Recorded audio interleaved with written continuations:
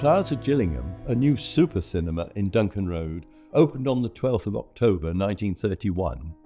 It was owned by Horace and Walter Croney and had 1,800 seats. At first, the Plaza was equipped with a Western Electric high-fidelity sound system, but this was upgraded in 1934 to their wide-range system. It was not the first local cinema to show talkies, but it was the first to have a sound system built to its original design. Other notable features included elegant wrought iron staircase panelling and an iron and glass canopy, beneath which patrons could queue. Interestingly, the four supports had originally been made for the overhead cable for Gillingham's tramway system, which had closed in 1930.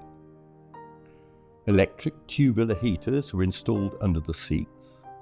During its lifetime, a number of film stars made personal appearances at the cinema. These were generally pre-arranged, but at the Plaza in 1945, John Mills made an impromptu appearance to see the film Meet Me in St. Louis. He was a fan of the film's leading lady, Margaret O'Brien, and was staying at the Bull Hotel in Rochester while filming Great Expectations. The Saturday mornings was a children's film foundation for the kids. A Saturday morning for the mums or dads to get rid of their bloody kids for a couple of hours, and they'd send them off to the pictures, and you'd see films like Flash Gordon or cartoons, or it covered all sorts of children's films. They'd send them off and give them, say, I don't know, sixpence or whatever it was them days. They could go and watch a film, get an ice cream and cause havoc and make a lot of noise. Most of the time they didn't want to look at the bloody film. They'd run around the cinema, tipping all the seats up, making a lot of noise and causing havoc. And then a lot of them would stand there.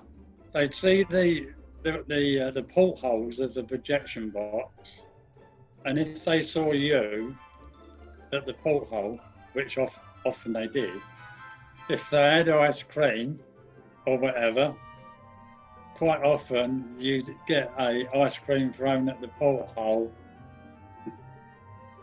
or sweets, anything like that. And looking back at it, it was quite a good time, a quite good day, quite fun.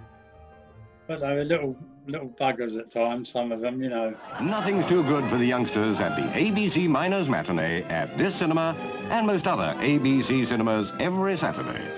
All youngsters thoroughly enjoy the films, the fun, and the good fellowship. The family were quick off the mark when CinemaScope came along, and they were the first in Medway towns to convert their screen in 1954. This meant that they had the pick of the Fox CinemaScope format films. This meant they had revenge against the major circuits, which had barred the Plaza from showing major films in the past. The first CinemaScope film to be shown was The Robe on the 21st of November 1954. So at the Plaza, the B film, say, could be normal widescreen, and the main feature could be CinemaScope. So they use two different lenses. So when you change from the normal lens, you'd have to put a different aperture plate in. So therefore you had to close the projector down, close the tabs, put the lights up in the cinema, and then the ice cream lady would come round, and that would give you chance to change the aperture plate, which you had to take out from behind the film, which would slide out, and you slide another aperture plate in, which had a bigger aperture in the actual plate itself to allow for the CinemaScope lens, because the CinemaScope lens needed a bigger aperture. Remember going there one night, all sit down, get ready for the film. Pearl and Dean come on, and then it all went blank. We've had a power cut. So they've come around with torches to get everybody out, sort of very apologetic, you know, sort of, we had a power cut. Would you mind leaving the cinema? Sort of, yes, if we can see where we're going. They come in and they're taking us out row by row. Sort of follow me, sort of carefully, one at a time. And they give us the money back as we go out, you know. The Plaza continued showing films until November 1980, when due to rising costs and falling attendances, it was forced to close, and closed on the 29th of November 1980 after showing the film Dressed to Kill with Michael Caine and Angie Dickinson. It had remained in the same family for nearly 50 years. If you want something to bring a smile to your face, okay, my boss, the governor, Mr. Croneen, was in at the time around the 70s. There was a lot of films going around.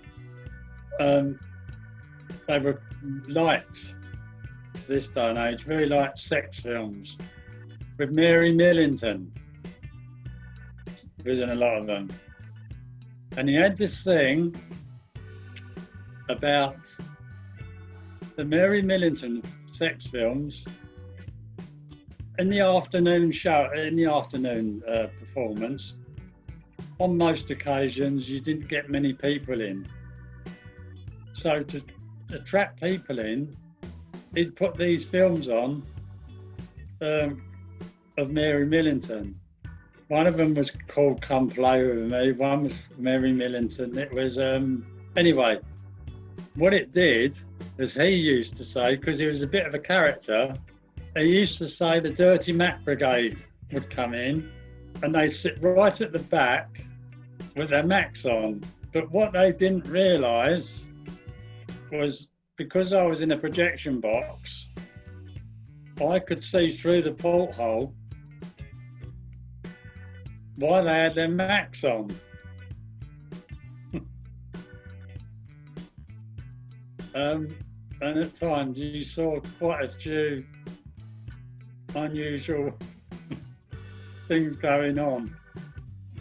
But the reason he did it is because it brought him in money. His main concern was he didn't want to run a cinema with no people in it. So he had this idea of bringing these sex films in, and it brought the punters in. Well, mainly Mao, obviously, but it worked. After it closed, the building was used as a television studio by TVS, which had won the contract to broadcast locally from Southern Television. After several years as a television studio, the building became a venue for computer-generated reality games. In 2000, it was demolished and replaced by an Aldi supermarket.